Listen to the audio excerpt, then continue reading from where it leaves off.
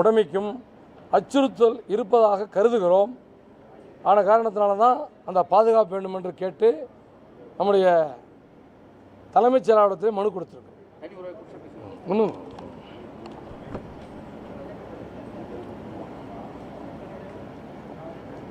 இதான் செய்தி, வேற எதில்லை சார்.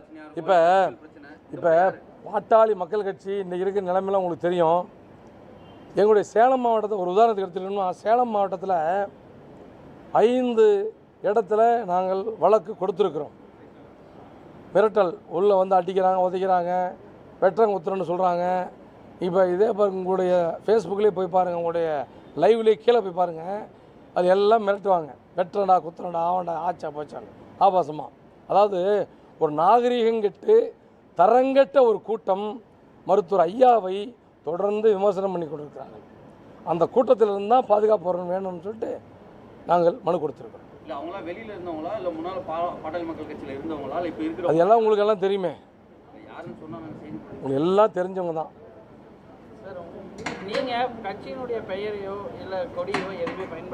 சார், பாட்டாளி மக்கள் கட்சி என்பது மருத்துவர் ஐயா அவர்கள் மட்டும்தான்.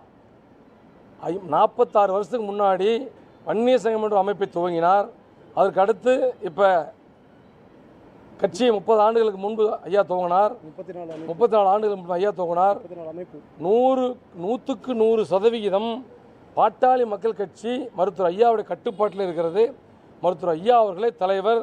ஐயாவை தவிர அன்புமணி அவர்களோ, அங்கே இன்னைக்கு வந்து பாலு அவர்களோ, 3 சட்டமன்ற உறுப்பினர்களோ கட்சியின் அடிப்படை உறுப்பினர் இருந்து நீக்கப்பட்டவர்கள். அவர்களுக்கு கட்சிக்கு எந்த விதமான சம்மந்தம் இல்லை. அண்ணன் அன்புமணி அவர்களை பொறுத்தவரையிலே பாட்டாளி மக்கள் கட்சியுடைய செயல் தலைவராக மருத்துவர் ஐயா நியமித்தார். அதுக்கு அடுத்து அவர் மீது 16 குற்றச்சாட்டுகள் சுமத்தப்பட்டது. ஒழுங்குநடை குழு அதை விசாரித்து ஐயாவிடத்திலே அறிக்கை கொடுத்தார்கள்.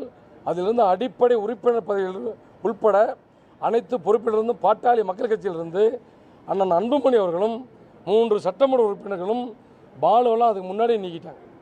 அவங்க வந்து சொல்கிறதுக்கு எந்த விதமான இதுவும் இல்லை. இப்போ பாருங்கள், பீகாரில் இன்னைக்கு காலைல கூட ஒரு கடிதத்தை கூட கொடுத்ததா சொன்னாங்க பத்திரிகையாளர்கிட்ட. பீகாரில் பாட்டாளி மிளிச்சு உங்ககிட்டே விட்டுறாங்க. பத்திரிகை தொலைக்காட்சி நண்பர்களே, நீங்களே சொல்லுங்கள், நியாயத்தை சொல்லுங்கள். பாட்டாளி மக்கள் கட்சியும் பீகாருக்கு ஏதாவது சம்மந்தம் இருக்கா? ஏதாச்சும் சம்மந்தம் இருக்குதா?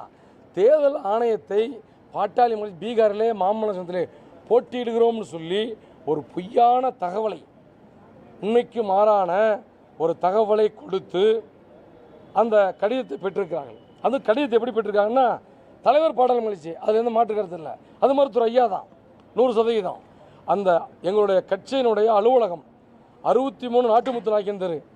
அந்த 63 நாட்டுமுத்து நாயக்கன் தெருவை இவங்களா ஒரு நடந்து முடிந்த பொதுக்குழுவில், இதுக்கு முன்னாடி நடந்த பொதுக்குழுவில் ஏதோ ஒரு புதுசாக ஒரு தீர்மானத்தை போட்ட மாதிரி போட்டு அந்த அலுவலகத்தை மாற்றிருக்கிறார்கள். அது முழுக்க தவறு. 63 நாட்டுமுத்து நாயக்கன் தெரு தான் பாட்டாளி அலுவலகம். 10 திலக்திர் என்பது அண்ணன் அன்புமணி அவர்கள் வசிக்கக்கூடிய வீடு. இவ்வளோ நாள் வச்சார், இப்போ ஈசிஆருக்கு போயிட்டார். அவர் வசிக்கக்கூடிய வீடு. ஆக அவர் வீட்டுக்கு முகவரியை மாற்றி போலியாக ஆவணங்களை கொடுத்து மாற்றியிருக்கிறார்கள். அதே மாதிரி தேர்தல் ஆணையத்தில் பெற்ற கடிதமும் தலைவர் பாட்டாளி மகிழ்ச்சி தான்.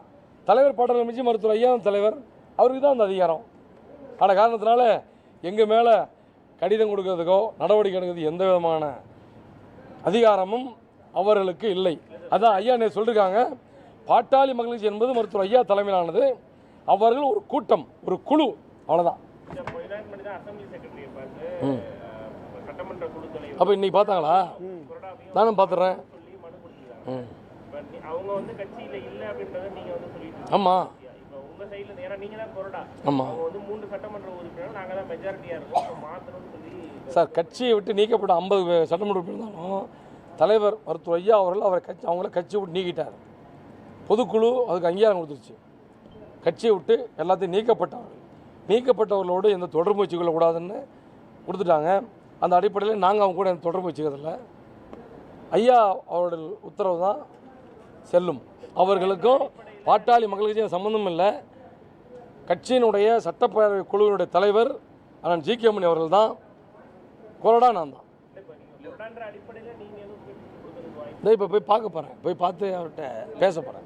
அடிப்படை உறுப்பினர் பதவியிலிருந்து நீக்கிட்டோம் சார் ஏங்க, அவருக்கும் பாலுக்கும் கட்சிக்கு என்ன சம்பந்தம்? பாலு கட்சியிலேருந்து நீக்கப்பட்டு 3 மாதம் ஆயிடுச்சு. அவரை நீக்கின பின்னாடி இந்த அப்புறம் கோபு, உயர்நீதிமன்ற வழக்கறிஞர் கோபு, இவரை தான் சமூக நீதி பேரனுடைய தலைவராக மருத்துவர் ஐயா நியமித்திருக்கிறார். இப்படி இருக்கும்போது அவர் கட்சியை விட்டு நீக்கப்பட்டவர். அவருக்கும் இந்த கட்சியை பற்றி பேசுறதுக்கு எந்த விதமான அடிப்படை தகுதியே அவருக்கு இல்லை. அவர் திராவிட முன்னேற்ற கழகத்தில் இருந்து மறுமலர்ச்சி திராவிட முன்னேற்ற கழகத்துக்கு போயிட்டு இன்னமும் பல்வேறு கட்சிகள்லாம் சந்திச்சுட்டு யாரும் அவர் மதிக்கலை.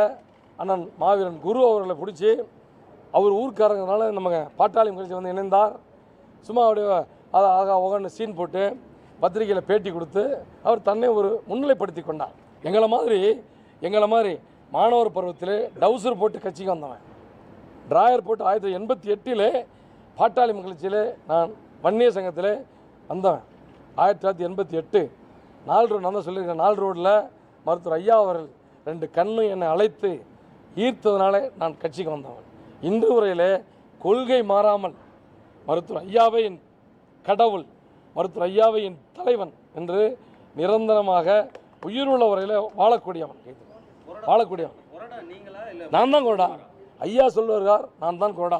கடிதம் கொடுத்துருக்காருல்ல ஐயா, செயலாளருக்கு கடிதம் கொடுத்துருக்காரு. நான் தான் பாட்டாளி மகிழ்ச்சியோட கொறடா.